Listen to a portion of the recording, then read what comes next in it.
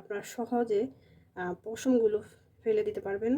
তো আপনারা ফলো করতে পারেন, ঠিক আছে? এভাবে অনেক পশম, এগুলো আজকে বাছতে হবে।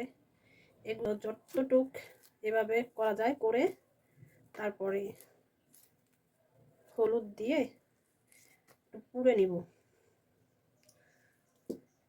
যে অনেক পশম, অনেক হাঁস খেতে মজা, কিন্তু হাঁস বাছা কোটা এগুলো করা যে কত প্যারা, একমাত্র যারা এই হাঁস কাটাকুটি করে তারাই জানে। এই যে খুবই খারাপ অবস্থা। এই যে কি আর করবো, মজা করে একটু খেতে হলে কষ্ট তো অবশ্যই করতে হবে, কি করার। তো একটু ধুয়ে আবার একটু পরিষ্কার করে আনি, তারপরে আবার আরও পরিষ্কার করব। এই যে একটু হালকা করে ধুয়ে আবার নিয়ে আসছি। এই যে কি অবস্থা, আল্লাহ। এটা হলুদ দিব এখন এর ভিতরে। হলুদ দিয়ে আপনারা কাজ করবেন যারাই হাঁস রান্না করবেন। এই যে হলুদ দিয়ে সুন্দর করে একটু হলুদ দিয়ে এভাবে মাখিয়ে নেবেন। এভাবে মাখিয়ে নিলে কি খুব সুন্দরভাবে আপনারা পশমগুলো উঠাতে পারবেন।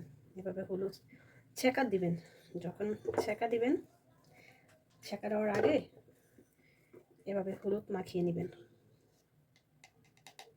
এভাবে হলুদ মাখিয়ে নিলে খুব সুন্দর করে আপনারা হাঁসটা পরিষ্কার করতে পারবেন, ঠিক আছে?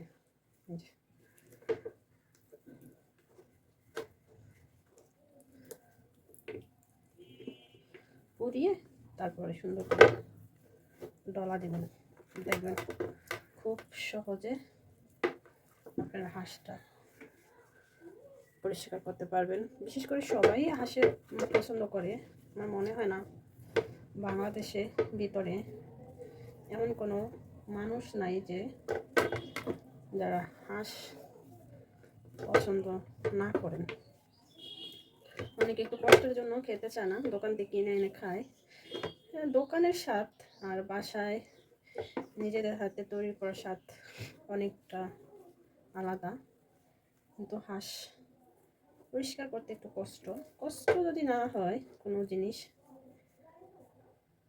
মিষ্ট মিলে না। মানুষ বলে না, কষ্ট করলে মিষ্ট মিলে। তাই আমাদের কষ্ট করতে হবে একটু। যদি ভালো কিছু আমরা পেতে চাই তাহলে কষ্ট তো আমাদের অবশ্যই করতে হবে, তাই না?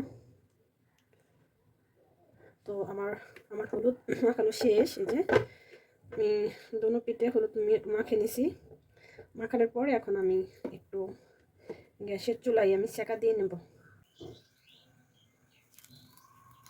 যে খুব সুন্দরভাবে হালকা হালকা করে এভাবে ছেঁকে নেবেন, ঠিক আছে? আমার টিপসটা ফলো করতে পারেন আপনারা, হলুদ মাখানো ওই টিপসটা ফলো করতে পারেন যারা হাঁস খেতে পছন্দ করেন বিশেষ করে। এই যে দেখেন সবাই, সম্পূর্ণ হাঁসটা আমি খুব সুন্দর করে পুড়ে নিচ্ছি। যে এখন আমি হাঁসটা পরিষ্কার করে পরে কেটে নেব। এখন আমি খুব সহজেই হাঁসটাকে পরিষ্কার করতে পারবো, ঠিক